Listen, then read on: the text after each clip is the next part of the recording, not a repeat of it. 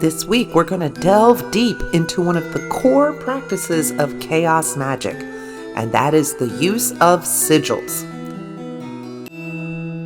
Enter a world of enchantment, of enlightenment, Meg's Magical Mansion. I love you too. Come, whoever you are, to Meg's Magical Mansion, a virtual guest house for spiritual wayfarers, a place where the ordinary seems magical, where wisdom is yours for the asking, and where your higher nature is just a wish away. Thanks for joining us here today at Meg's Magical Mansion. I'm Meg with my trusty butler Scallion and my beautiful assistant, Miss Alice Poopers. Hey Scallion, you know what? Today we're talking all about chaos magic, more chaos magic, and we're going to focus on sigils. Sigils? Didn't we already have an episode about sigils? We did, but guess what? We barely scratched the surface. So today we're taking a deep dive into the tools in the magician's toolbox, starting off with one of the most core tools that is used in chaos magic, and that's the sigil. If you didn't see our previous episode on sigils, check it out, because in that episode I showed you 3 different ways that you can create your own sigils. In today's episode, I'm going to go a little deeper into the how, what, where, why, and when of sigils. Yeah, and I'm going to teach you a 6-step process to help you create sigils called the SPLIFF. Sounds great to me. Sounds fun to me. Later. Stick around. So this chapter begins with our author Peter Hine kind of taking a look at sorcery. And he defines it as the use of magical techniques and perspectives to bring about change. Now, in the world of witchcraft, magic, and sorcery, we traditionally see low magic, which is magic being performed or magical techniques that are used to achieve direct results. I'm going to make a love spell and somebody's going to fall in love and boom, it happens. And then there's also practitioners of high magic who are on a quest for spiritual growth. They're attempting to unite with their higher self. They're trying to attain a transcendence from the material world. And this really sets up a divide between matter versus spirit, or subjective versus objective, but chaos magicians find that such distinctions are artificial and just limit their practice. And Peter Hine also goes on to explain why sorcery is valuable and gives us some reasons. Number 1, because success with magical techniques here in the 3D material world, it embeds in your mind the idea that magic really works in a way that a purely intellectual pursuit or practice never can.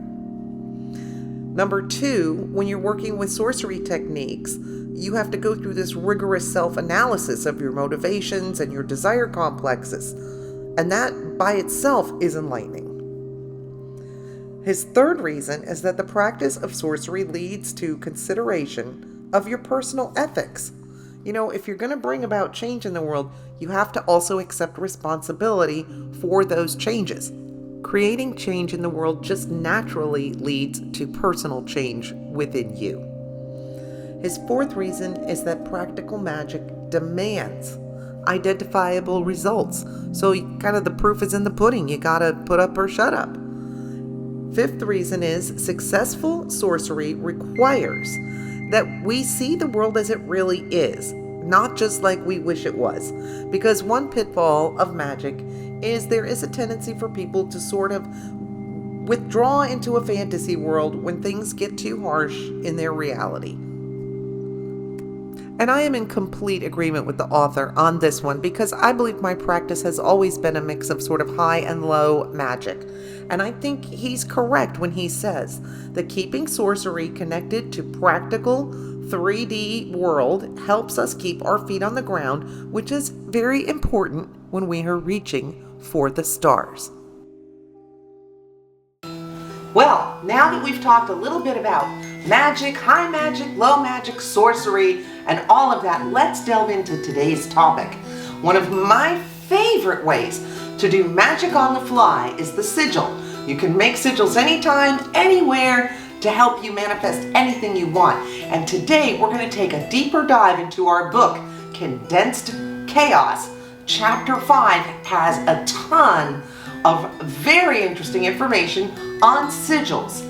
So even if you're already using sigils, check this out because I found some amazing ideas and concepts and ways to create sigils that I think are really fantastic. Let's take a look.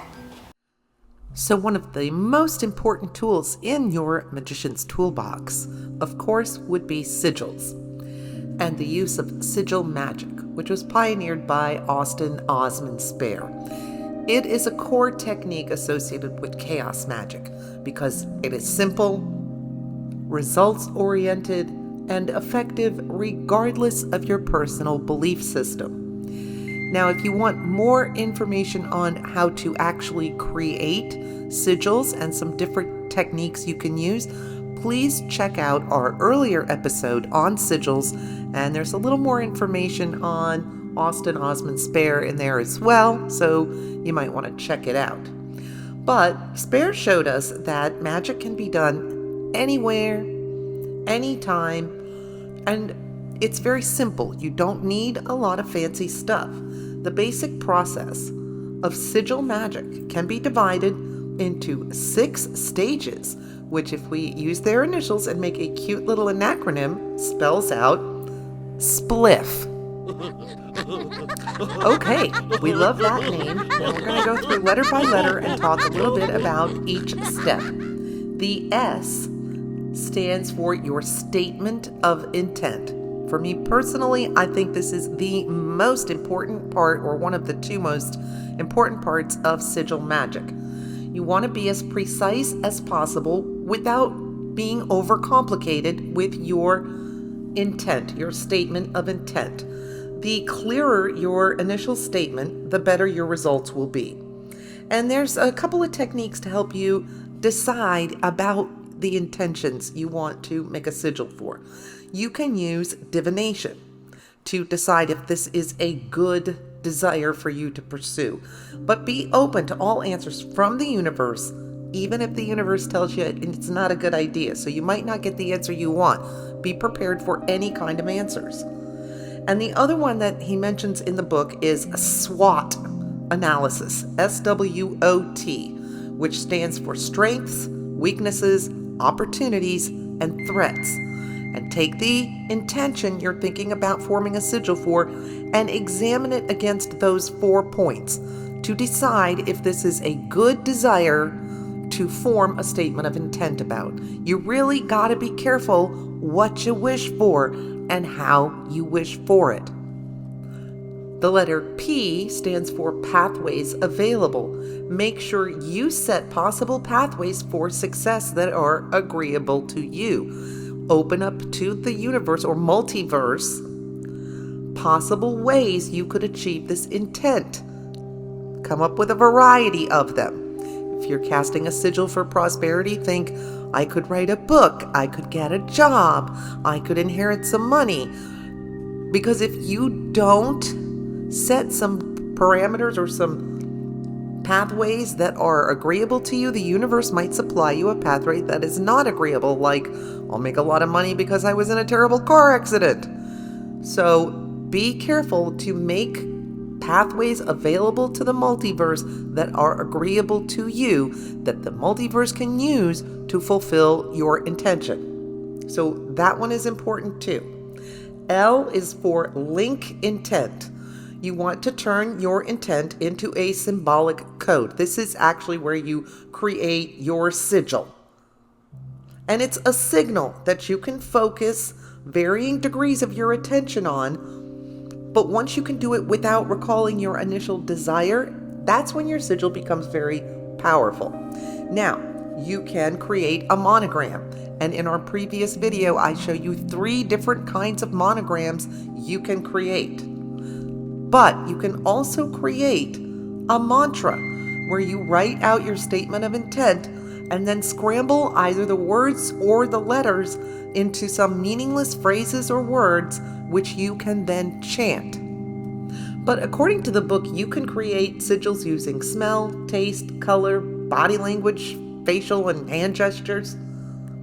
So there's really a lot more than just what we traditionally think of as the graphic sigil representation of our statement of intent.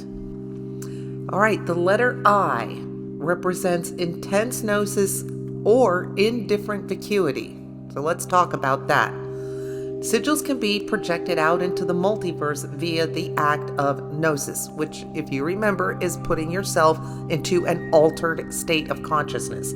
So spinning, chanting, dancing, visualizing, sensory overload or sensory deprivation or sexual arousal are all ways you can get yourself into a state of gnosis.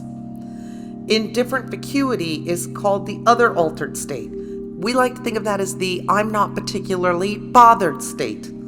So an example of that would be doodling sigils while you're listening to like a boring lecture in class or something like that. And the letter F, fire. At the peak state of your gnosis or vacuity, you have to fire up your sigil. You can use traditional magical rituals or other things like sexual orgasm or maybe even a sneeze. Then the second F, and this is very important. You need to forget about it. Forget about it, baby. Forget the original intent, and this can be difficult. So the author suggests you start with sigils for things you don't really care too much about. So don't dwell on your thoughts of your intention when they do arise. Just kind of brush them off. And once you fire up that sigil, and you send it out into the multiverse, you gotta know it's gonna be fulfilled, and you have to believe in it, and you gotta move on. It's like a nagging kid that says, I want something, and you say, okay, give me a minute, but I want it. Well, I'm getting it. Well, I want it. Don't nag the universe. Now, we also have a section in this book about how to link sigils, and I think this is a really brilliant idea. So you prepare two sigils. One is for something you really desire, and that you make a very strong statement of intent for, and you really want to fulfill this intention. The second one, you fire up a sigil, you make a sigil for something weird or random. And the bookie says like, I see a woman with long red hair carrying a small dog. So something ordinary but specifically odd, if you know what I mean. And then you fire up the sigil for this kind of strange, odd, weird thing, and you forget about it and go about your business. Take the sigil for the thing you really want.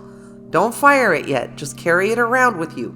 But when you see the woman with the long red hair carrying the small dog, in that instant you see her, you fire it up. So whatever strange, weird little thing you want to see, once you see it, you fire the sigil. And you want to pick something that it would be odd to see, but not really totally impossible to see, but just something that might be like, whoa, there it is. And the minute you recognize it, you'll have this brief burst of gnosis, and you can just fire that sigil immediately.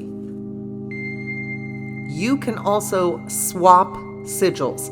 If you know other practitioners who are using sigil magic, you can exchange sigils with them. And this gives you a sigil for which you have no meaning, so you don't really have anything to remember about it, but you can just focus your energy on it and vice versa. But remember, the most important parts of the sigilization process is first to frame that statement of intent, and then to relax away from it. Because thinking about the outcome of the intent interferes with the universe's ability to deliver. And frankly, it's just annoying to the universe. It's like that child who nags over and over and over for something they want that you're getting for them anyway. So again, sigils, simple, results-oriented, and effective regardless of your personal belief system from which you're operating.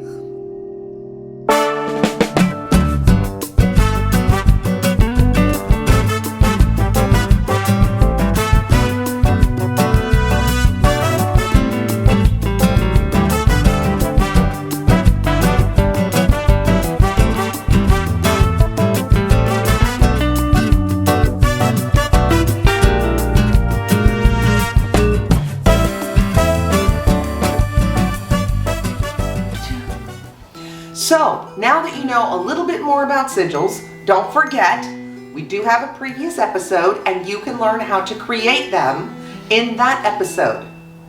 And next week, we're going to dive deep into the idea of creating servitors, psychic beings that you can create who will do your bidding for you, who can't use a few more servants around their magical mansion, right? So, until next week, remember, in the words of Buddha, 1,000 candles can be lit by a single candle, and the life of the candle will not be shortened. Happiness never decreases by being shared. So thank you for sharing your time and energy with us here today at Meg's Magical Mansion. Get out there and make those sigils. We'll see you next time. Thanks again for spending your time here with us at Meg's Magical Mansion. Angelica says goodbye.